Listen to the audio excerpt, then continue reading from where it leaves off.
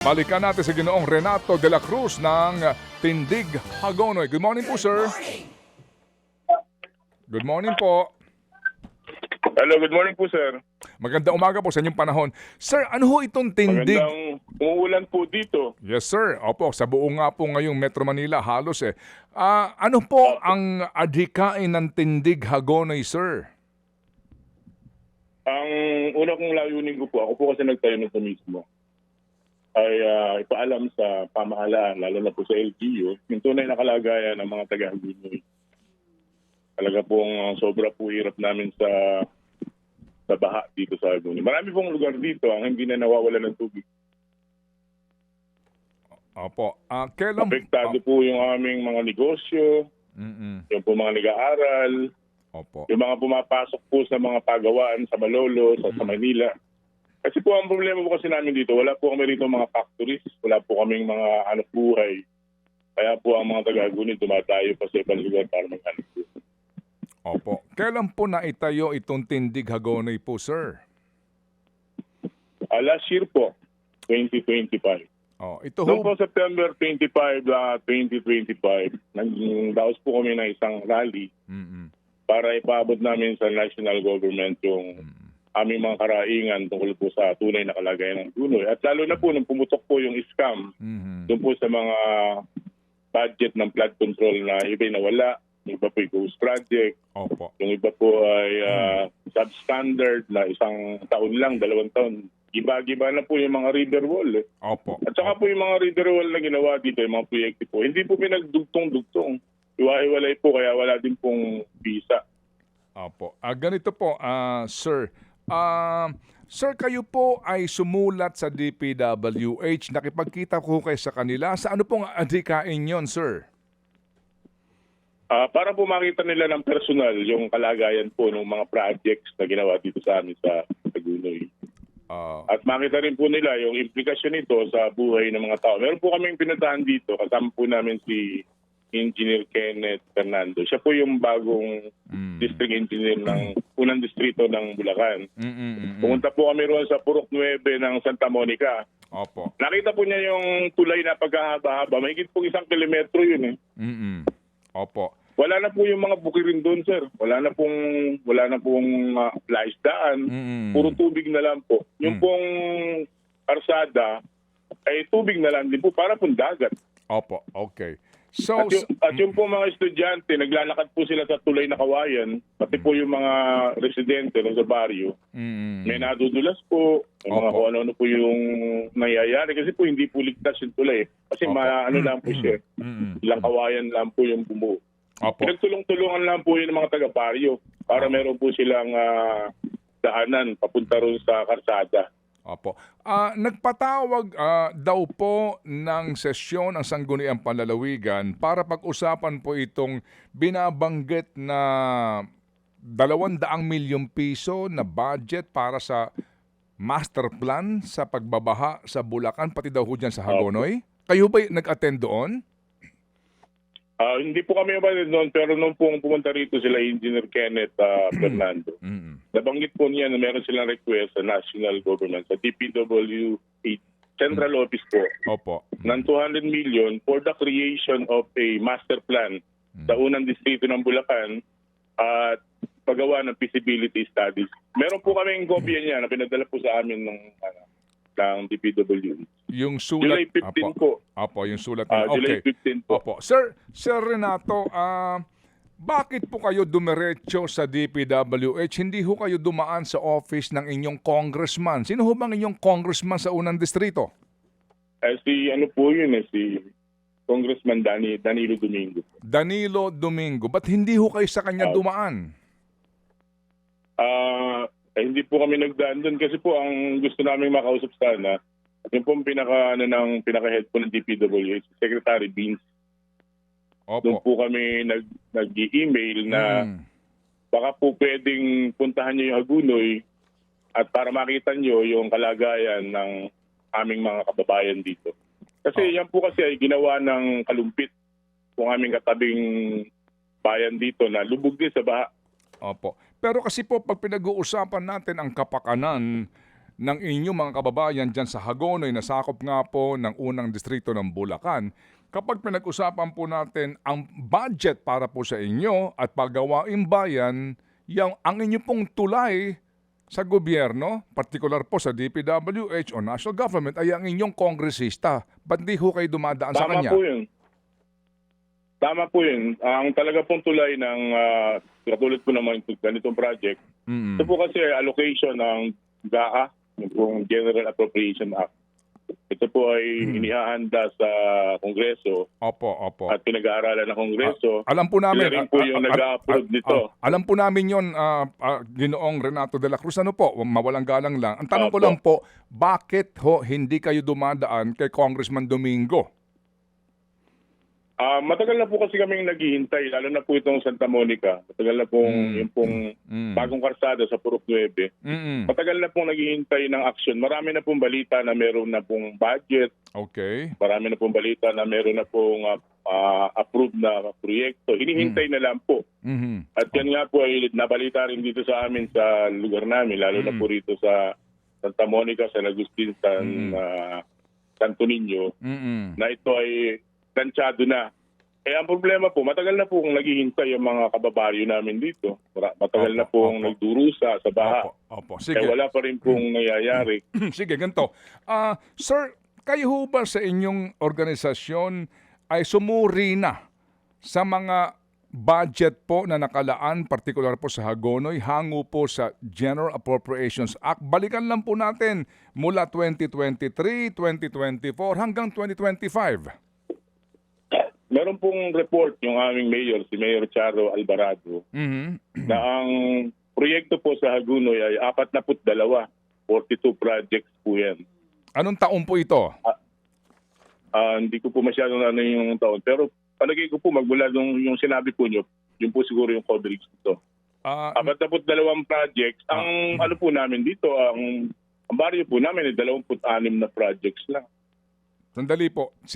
Sinabihan lang kayo ni Mayor nyo. Kayo mismo po sa tindig, hindi kayo nagkaroon ng inyong sariling research. Nag-research po kami sa aming sariling, konti lang po yung nakuha namin.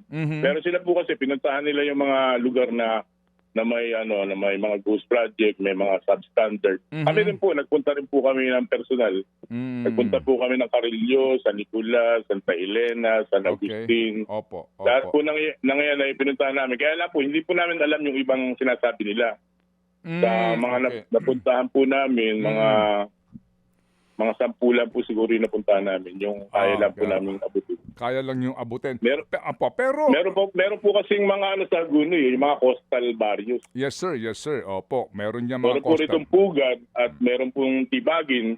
Meron din po ron. Hindi po kami nakapunta doon. Ang akin po kasi gusto nga din po sana nga malaman kung ang inyo po bang grupo, separate sa mga politiko, nagkakaroon ng sarili pong pagsasaliksik kung una, sa bawat taon na nagdaan hanggang ngayon, kung ilan po yung proyekto na pinaglaanan na po ng pera, kung saan-saan ang mga proyekto, kung magkano po ang nailaang pera, at ano ang estado ng bawat proyekto. May binabanggit po kayo ng mga ghost o substandard. Kayo ho ba mismo may nakita kayo? Meron po ako nakita dyan sa Carillo. Yung pong Carillo po kasi yung barrio sa dulo namin, malapit po sa BSU. Meron po silang ginawang proyekto, hindi po nila tinapos yung, wala pa po sa kalahati, kapraso lang po yung ginawa. 77 million po mahigit yung yung pondo nito. Budget nito na na-release na. Ayon po doon sa kapitan ng barangay na si Kapitan Manalo. Kailan? Ayun, yung pong harap doon, yung pong, dalawa po kasi yan, dalawa magkabilang panig nung ilog. Tabi po ng tulay. Yung pong isa, talaga pong walang ginawa. 77 million din po ang budget nun. Wala po talagang nilagay kahit isang pirasong structure. Ano po ang tawag sa project? Ito po yung parang river wall po ang Revetment. Nakakit po ako dun, Revetment. Sa wika po ng revetment. Okay. Umakyat po kami ni Kapitan Manalo doon. Kasi nga po, chinek namin. Maganda po yung gawa. Ganda po yung gawa nung di po siya okay po yung yung ano niya, semento, no, mga halo. Matibay po. Kaya lang po, hindi po siya tinuloy. Ibahin po natin yung Kakapraso lang po. ibahin po natin yung ghost, ibahin natin yung substandard, ibahin natin yung unfinished. Anyway, sir, ganito po na lang. Ganito po, yung sinasabi nyo ng mga problemang yan, ipinaabot nyo po sa kasalukuyang OIC District Engineer. Apo. Opo, ano sabi? Kasama po namin siya nagpunta. Nung nagpunta po kami doon sa Carillo, Okay. ang kasama po namin yung sa regional office, Okay. yung pong representative ng regional Sige. office. Opo, sige. Pagkatapos po, lumipat po kami sa San Juan, doon po sa San Juan, nakita na po kami ni Engineer Kenneth Fernando. Okay, Tapos sige. pinaliwanag nga po niya sa amin na meron nga po siyang request sa central office ng DPWH na 200 million Opo, para sa master para po plan. sa creation ng isang master plan sa Sige. unang distrito ng Bulacan Okay, sige po. at feasibility studies po. Opo, sige, ganito. Sir, kasi po hindi ho masyado mahabang aming oras. Ito lang po sa akin, bagamat tutunghayan ko ito kung meron kang panahon, makakapakinig ka o makakapanood ka, Sir Renato de la Cruz. Ito lang po, Opo. Sa inyong pagkakaalam, magmula 2023, lamang ito 2024 Opo. hanggang 2025, kung magkano ng pera ang nailaan sa mga flood control projects niyan sa iyong bayan. Alam mo ba kung magkano? Ayon po sa interview ni Mayor Charo nung lagi namin pinakikinggan ay nasa 3 billion po. Okay. Nasa 3 billion po. Opo, itatama Sa ko lang ito 42 projects po. Opo, itatama ko lang ito, sir Sa kaukulang pong budget, hango sa GAA, bibigyan po namin kayo ng mga pahina nito, bibigyan po namin kayo ng Opo. guidance paano po. Ang total budget na po nito magmula po noong 2023 hanggang 2025 ay 5 billion 408 Ang laki po, no? million pesos. Okay? Sige. So hihimayin ko po ito sa aming programa, papaliwanag ko po ito para mabigyan kayo ng guidance. Kasi po kung ang DPWH nahingi sa inyo, sir, ng 200 million, nahingi sa pambansang gobyerno ng 200 million for feasibility study, siguro po baka pwede lang po kayo po din ay mag-isip-isip o magpulong kung kayo ho ba'y tinototoo ng DPWH o ng bobola lang na naman sila. Kasi sa laki po ng perang nailaan na, wala pa silang master plan. Opo. Yun po kasi yung nakalagay sa sulat na binasa ko nga po Opo. kanina yung Sige. sulat. Nakalagay po doon na that amount is for creation Opo. of a Master plan. Opo. and feasibility studies. Opo, sige po. It is submitted to the DPWH Central Office. Nakalagay po noon July 15, Opo, 2026. Oo nga po. Sige po. Anyway, ganito po. Baka din po pwede nyo singilin yung congressman nyo.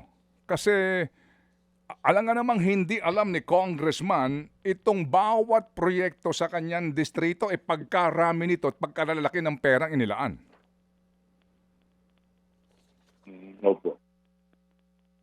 Inyo ho bang, Napakalaki po ng perang Opo, nila. opo. Billion po. kaya nga po, inyo ho bang nakakausap mo ang inyong congressman?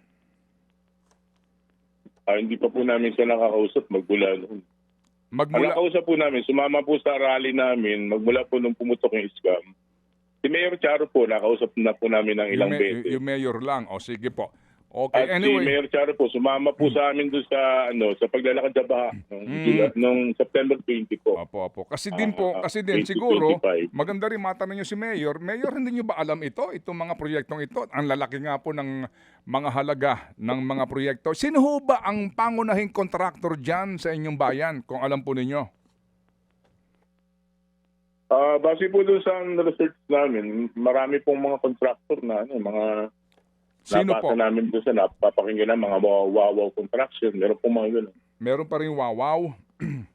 Opo. Yun po ang unang nabigay sa amin doon po sa opisina ng Pangulo. Nakita po namin doon sa listahan yung po mga Okay. contractors. Na Sige iba-iba po. Okay, sige. At yun po nakikita namin sa TV na iniimbestigahan Mm-mm. sa national po na Opo. iniimbestigahan po ng Kongreso, ng Sige po. Senado. Sige po. Salamat po na marami. Ginoong Renato de la Cruz, sa inyo pong panahon at Opo. bibigyan po namin po kayo ng impormasyon at detalye sa pinag-usapan po natin para magkaroon po kayo ng guidance at nasa ganun po maging, kumbaga ho, maging handa kayo at hindi lang po kayo aasa sa kung anong sasabihin sa inyo ng DPWH. Ano po? Salamat po sir na marami. Opo, maraming salamat po. Opo, thank you.